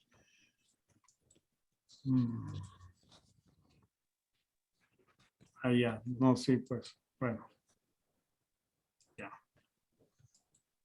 Yo ya les expliqué a ustedes ese tema. Somos parte de un proyecto universal, pero estamos empezando, estamos apenas en un segundo nivel de conciencia. Por ahí andamos. ¿Ya? Pero dentro de ese rango de conciencia, pues, debemos entender lo que necesitamos para vivir, no más, no más. ¿De qué le sirve a usted conocer este rato el enfriamiento del universo, de las galaxias, o como andaba obsesionado Stephen Hawking por el horizonte de los hoyos de gusano? ¿Qué así es eso? ¿Qué le pone eso a mi vida? No le pone nada. Nada. Yo quiero vivir en paz. Y lo que tengo son estas herramientas para mis explicaciones para mí. Y yo creo que con estas explicaciones tan sencillas y profundas a la vez, ya está. Tranquilo. Es que no venga el señor Darwin a decirme que la paloma terminó haciéndose pollo y después se hizo ganso y terminó de caballo y después apareció el hombre. Así es, mi querido amigo. Entonces, los designios, o sea, dioses, ¿no? La creación del ser humano, siempre, sí, siempre. Ahora, tiene que haber alguna explicación de dónde traen todo este material genético, ¿no? Tiene que haber una explicación. Pero eso ya, esperemos un momento para entenderlo. Si con lo que tenemos que entender no podemos, no nos avanza, ¿para qué meternos en complejidades? Y por ahí asoman teorías que la pistisofía, que la... Ay, por Dios, está bien. Si la gente quiere complicarse la vida, que se complique, no hay problema. ¿Ya? Bueno, mis amigos, ¿alguna otra preguntita? Dígame nomás. Ingeniero, ¿cómo Adelante, está? Buenas noches. Adelante. Bueno, estaba viendo igual el video, ¿no? El video que usted publica, pues, y la verdad que se lo entiende. Bueno, para el resto de mis compañeros, pues, se hace un poco difícil entender el proceso de la célula, el interior de la célula. Pero bueno, en mi caso, yo lo entiendo porque yo soy médico, pues, ¿no? Claro. Entonces, está bastante explícito y se entiende. O sea, ese es el ADN, es algo, pues, vital. Vital. Claro. Es el código genético del ser humano. Y fíjese usted, si queremos hilar un poco más fino, ¿qué se le hace que el cosmos funciona como el ADN? ¿Qué se nos hace? Mire, si quiere hilar más fino, ¿no? Pero claro, no es materia de nosotros y nos vamos a complicar. Como somos un cuerpo vivo, un cuerpo viviente, algo muy similar al ADN. Fíjese usted los aplastamientos por allá por los campos de trigo, ¿no? Hay ADNs, hay muchas cosas que grafican, ¿no? Para que la gente deduzca, despierte, se dé cuenta y se acerque, ¿no? Con los científicos que son, sí vieron que empezaron a tocar un poco que la metafísica, que debe haber una explicación metafísica, y claro, porque a esta gente se les hace difícil, es como masticar clavos, hablar de un origen extraterrestre, ¿no? Que es el eslabón perdido que anda por ahí, que nadie lo encuentra, es origen extraterrestre, mi amigo.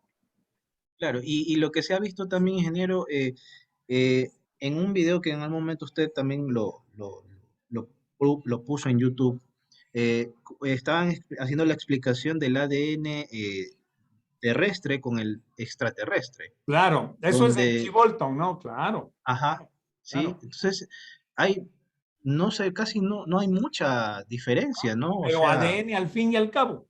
ADN, exacto. Ese es el tema, ¿no es cierto? ADN al fin y al cabo. Entonces eso es lo que yo digo, o sea, las personas a veces empiezan a condicionar, dicen, mira, para que haya vida allá en ese planeta tiene que haber 30 grados de temperatura, debe haber agua, tiene que llover, o sea, quieren que las vidas y los condicionantes de la vida sean exactamente iguales a los de aquí de este planeta. ¿Por qué? Tiene que haber algunas diferencias. Tiene que haber, por eso es el arquetipo se mantiene, cabeza, tronco, extremidades, está bien, pero tiene que haber algunas diferencias, por eso hay los largos, los flacos, los ojones, los estos, o sea, ya está, están en otro planeta. O sea, entiendo que la anatomía se acopla, ¿verdad?, al medio ambiente que lo habitan, ¿verdad? Ya está. Pero si aquí vemos cosas sencillas, por ejemplo, mire, yo he estado en ciudades donde el promedio de la temperatura es 41, 42 grados. 42 grados. La mañana fresca está en 27, 28. Amanece, 42 grados. Usted camina 2 calles y está chorreando. Le hablo de Foz de Iguazú, pero he estado ahí en Venezuela también, en Maracaibo. En Maracaibo tenemos 40 grados a la sombra y la gente como si nada y usted les ve caminando. Hay gente hasta con casaca, con flu que le llaman, que es terno, pues, ¿no? Yo me pongo terno en Venezuela y estoy chorreando ahí en el Zulia, pues ahí en Maracaibo, ¿no? Entonces, esto debemos tomarlo en cuenta. Si en este mismo planeta hay gente que ya está aclimatada a eso, y a esa gente usted le trae aquí a Cuenca y están tiritando, pasan solo durmiendo porque funciona su mecanismo, su ritmo biológico completamente diferente, ¿no? Entonces, eso llévele a un exponencial, imagínese en otro planeta, o sea, ¿dónde está lo raro? ¿Dónde está lo extraño que exista vida en estos otros lugares? ¿Y eso por qué no nos lo dice la NASA? O sea, ¿cuál Pero es? sí, oiga, pero si nos cuentan la historia todavía los españoles, hombre, por Dios, o sea. Todavía tenemos eso arraigado, ¿no? Los españoles son los buenitos, nosotros somos unas bestias. ¿No ve cómo le van cambiando en México a los pobres cholos? La diosa Tonanchi le van cambiando por la Virgen de Guadalupe, por favor. O sea, si hay tantos cambios en esta historia que ustedes han visto, o sea, por eso les digo, o sea, la pecera está diseñado para cogerles a ustedes y tenerles ploc ahí adentro. Eso es todo. De aquí no se me mueve. Y por eso yo les empecé contando y les dije, cuando yo era pequeño tenía 2 alternativas. Si me iba a una escuela fiscal me enseñaban la teoría de Darwin, pero si me iba donde los curas era Adán y Eva y toda esa historia. Ya está, no hay otra. Es la historia, nosotros crecimos en medio de eso. Y era si nos dieran la verdad, ingeniero, la historia prácticamente cambiaría 360 grados y todo lo que nos han dicho desde que éramos pequeños, toda la historia cambiaría. La Y historia las es nuevas una generaciones farsa, también. La historia es una farsa, mi querido amigo. Todo es producto de un marketing, responde a intereses de grupos y eso es todo. Ya está. ¿Ya? Y entonces, mire, y esto usted lo ve en cualquier condición social, ¿ah? Porque yo conozco gente muy inteligente, muy respetable, ocupa un buen lugar en una sociedad y todo eso, y está metido con los adventistas, porque dice, no, esto es lo mejor. Y ahí lo tienen cantando el domingo. Está bien. Yo no veo nada de malo ahí, pero pongo estos parámetros para que más o menos se entienda que nada es condicionante de nada. El hecho de que usted tenga muchísima información, de que tenga 3 doctorados, que sea máster en lo uno, máster, no es condicionante de nada, amigo. Ni siquiera de que va a vivir en paz. No. De eso tenemos que darnos cuenta e ir poniendo las cosas en su lugar, ¿no? Bueno, yo sé que esto es revolucionario. Mañana terminaremos con otra revolución. Bueno, para terminar, yo le iba a decir lo que dice el compañero Iván, de ese video que ha visto del ADN extraterrestre, y para mí ya se confirma, se reafirma la creación de estos seres del ser humano, que crearon al ser humano, para mí. Pero ahí hay una conexión directa con lo que nosotros tenemos el concepto de divinidad, ¿no es cierto? Divinidad, así es. No más que no. Sí, adelante. Lo último, yo quería comentar que, bueno, según lo que hemos visto, esta muy buena exposición de los dos doctores videos. Sí. Somos nanotecnología al más alto nivel, Sí. según el designio inteligente creados por seres con una inteligencia y una tecnología que raya en la ciencia ficción. Sin embargo, el designio inteligente, es decir, el diseño que estos seres nos hicieron a nosotros humanos, vemos que en el planeta, nuestra raza humana está casi programada para la guerra y para la esclavitud. Qué bueno que hace mención esto, pero separe las cosas. Recuerden que los extraterrestres únicamente se encargan del hardware, de esta máquina biológica, nada más. Ellos no tienen que ver ni con la mente ni con la conciencia. Eso es propio de nosotros, eso es inherente a cada persona. Y toda esta idiotez que usted ve en este planeta es creación de nosotros, no de los extraterrestres. Y estamos en un nivel primario, acuérdese. Así mismo tiene que ser. Revise la historia de la humanidad, está repleta de estas tonteras. Oiga, pero ¿estamos en qué siglo estamos? 21. Estamos en el año 2022 y no ve cómo en Arabia Saudita le siguen cortando la cabeza en una plaza pública a la gente. Acaban de hacerlo el otro día con 80 personas. Y los ponen en fila y viene el tipo con el machete y le vuela la cabeza delante de todos ahí. Estamos en eso. Arabia Saudita lo hace. Bin Salman se llama el tipo este, ¿no? Eso es, mi amigo. Así es que los extraterrestres tienen por encargo, dentro de este gran proyecto universal, venir aquí y sembrar la vida. Chao. Y se van. Listo. Entonces, estos cuerpos están siendo habitados por las almas o por las energías o como usted le quiera llamar, que están en evolución. Entonces, ahí llegamos nosotros a hacer el show aquí. Eso es. Entonces, cada alma, porque nosotros esencialmente no somos esto. Este es el envase en donde se nos permite coactuar, si usted quiere, con nuestra energía, o sea, interactuar con la energía, ¿verdad? Y entonces nos sirven los ojos para ver y el olfato y caminamos y activamos el disco duro que es la mente. ¿Eh? Eso construyeron los extraterrestres por designio divino. Póngale la palabra divino si quiere. Ya está. Para que la evolución no se estanque. ¿Comprende? Porque es más o menos como las bombonas de gas. O sea, se construyen las bombonas de gas, pero usted necesita meterles gas. Si no, ¿cómo fluye ese gas? ¿No? Y el gas viene, fluye y va a través de la cocina, a través del calefón. Ahí está. Estos seres tienen el encargo de sembrar la vida. Eso es todo. Pero no, ellos no le van dando forma a su alma. No, su alma está por ahí. Cuando existe esta relación sexual, como yo ya les he explicado, ahí usted viene y toma posesión de este cuerpo. Eso es. Bueno, ¿alguna otra preguntita? ¿Algún comentario? Tal vez una pregunta, ¿no, Jaime? Buenas noches, compañeros.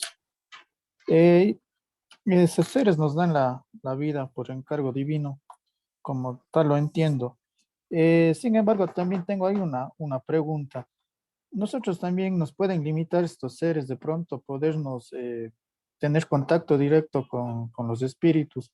Yo digo esto por la glándula pineal que yo he escuchado o he visto en algunos lugares que siempre dice que nuestra glándula pineal está como cerrada. Sí. Y no podemos directamente tener ese contacto directo con no sé, seres, con espíritus o con los seres. Ya. La pineal y la pituitaria son, a ver, vamos a graficar el asunto como una emisora de radio. ¿Ya? Imagínense la Radio Gran Colombia. Ya, Radio Gran Colombia. La Radio Gran Colombia tiene un transmisor, un equipo transmisor para sacar la señal al aire, para que le escuchen en algún lado. Y yo acá tengo, no sé, imaginemos que esto es un radio a pilas. Yo tengo acá un radio a pilas. Entonces, yo tengo un receptor aquí, un receptor. Este receptor trabaja en la misma frecuencia, yo le busco porque son ondas hertzianas que emite y yo capto aquí. Este es un radio a pilas, no tengo cable, no tengo nada. A pilas. Entonces, allá está el transmisor y aquí está el receptor. Bien, la glándula pineal trabaja como emisora y la pituitaria como receptora.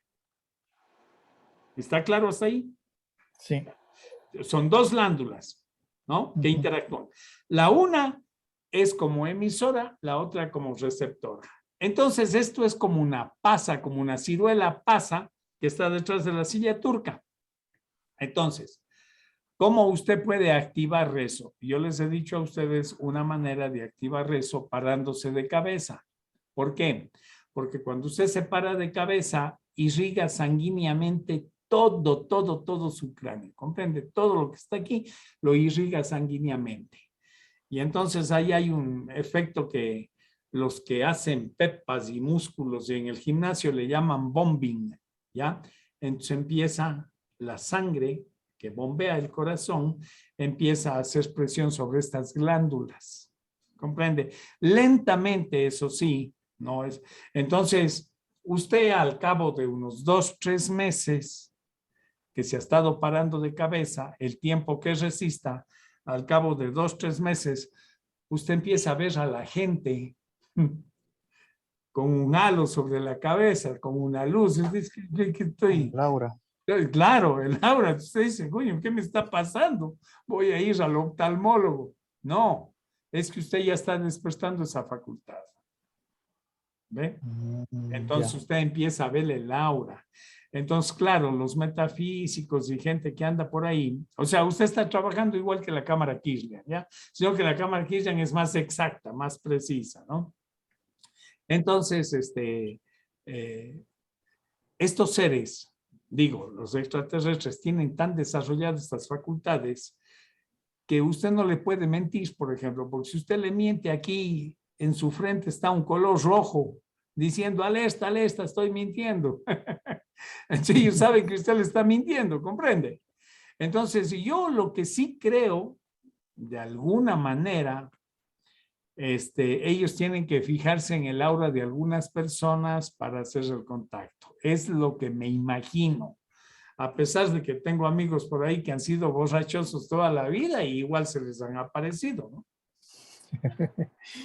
La glándula pituitaria dice que es principalmente por la irrigación de la sangre que se para de cabeza, viene como a los 3 meses a más o menos a tener su funcionamiento. Dele. Pero eso es lo principal, porque, bueno, hay información. No, pero usted tiene que hacer las cosas sabiendo por qué las hace, para qué las hace. O sea, yo este rato no tengo por información. De Laura a nadie. Pero... Por información nomás. Sí. Porque hay otros métodos que dicen que no sé, pues, pero lo que usted dice es lo más principal, es por información. Claro que yo no. Claro, mire, ahora ya hay estas cámaras, ya. El otro día averiguamos una buena cámara, costaba $60,000. Pero ahora ya veo que por ahí están sacando los españoles, porque los españoles son campeones en estas cosas de todo lo que es holística, ¿no? Y esos hacen ferias y entonces están sacando algo que de alguna forma también grafica algún campo de energía de nuestro cuerpo, ¿no? Que es menos costoso y que, bueno, ahí está. De hecho, somos energía. Esto tenemos que dejarlo muy claro, ¿no? A ver, otra preguntita y ya estamos. Ya estamos. Bueno, mañana nos despedimos con un buen tema, así es que descansen y bueno, pues será hasta el día de la mañana. Ya les envío el video, chéquenlos. A ver, si a alguien se le pasó algún video, no descargó lo que sea, tranquilos, ¿ok? Porque el día lunes les puedo reenviar toditos los talleres para que tengan en una guarden en un pendrive, en algo de esto y ya. Bien. Hasta mañana, amigos. Que estén bien.